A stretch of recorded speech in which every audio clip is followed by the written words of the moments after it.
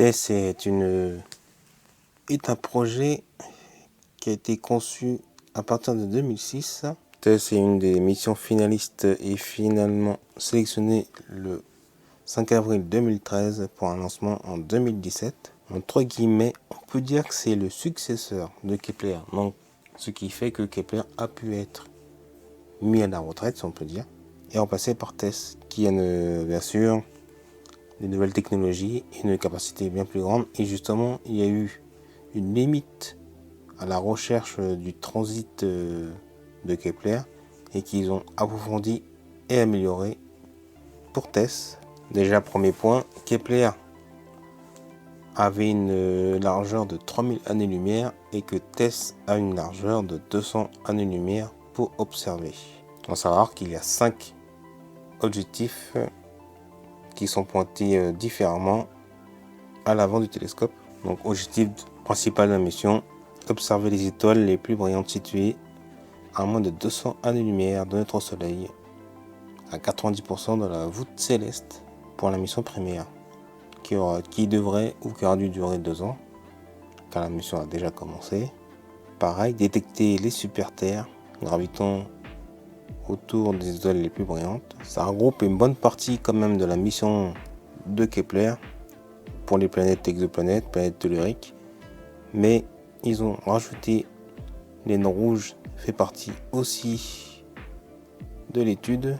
Le télescope étudie aussi 1000 nains rouges de type M. L'étude qui est menée par TESS doit se concentrer également sur les étoiles de type G, comme la nôtre, les naines oranges, dans un rayon de 30 parsecs, donc environ 98 années-lumière. L'équipe du projet prévoit de découvrir entre 1000 et 10 000 exoplanètes en transit. Et donc ils avaient prévu déjà la première mission primaire de juillet 2018 à 2020. Nous sommes en 2020, donc ils devraient étendre la mission de test pour notre plus grand plaisir à nous, amateurs, et des astronomes, également des scientifiques et des astrophysiciens, couvrant aussi plusieurs champs déjà observés par Kepler lors de sa mission.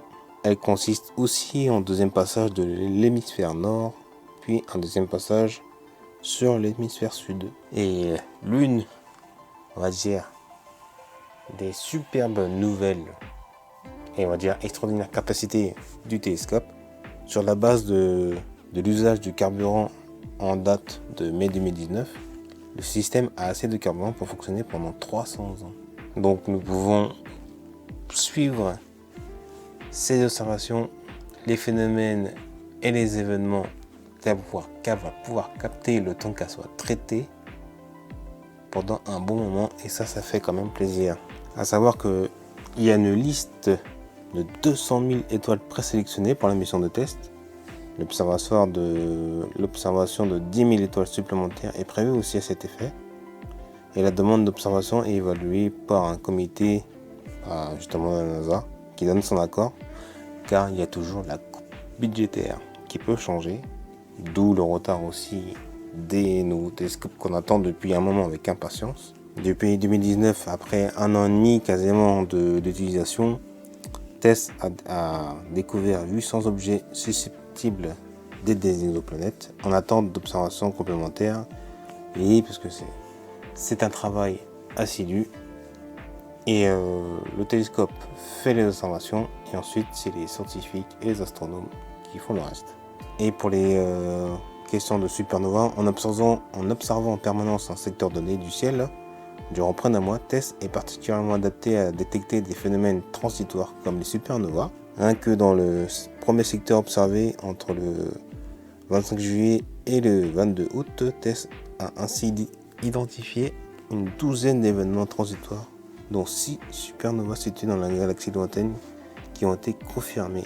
Et en mai 2019, TESS a observé plusieurs dizaines de supernovas, et on estime que le télescope doit observer environ 200 en cours de sa mission primaire. Et pour les astéroïdes, apparemment qui fait partie aussi de l'élargissement de sa mission, donc jusqu'en mai 2019, plus d'un millier d'astéroïdes sont détectés. Ils constituent une nuisance plus qu'importante qu'attendue. Il semble qu'en effet, qu'il puisse induire en erreur le logiciel. Ça, bon, pendant l'observation, pendant le passage, oui, c'est exactement, le logiciel ne va pas comprendre. Mais en tout cas, c'est une belle machine avec de beaux résultats. Et finalement, ce qu'il faut retenir, c'est que les astéroïdes, ça fait pas vraiment partie de sa mission. Ça fait partie, en gros, ça fait partie des nuisances lors de ces observations. Et voilà, c'est la fin pour ces petites explications et ces petites quelques mots sur les télescopes spatiaux qui nous font rêver quand même.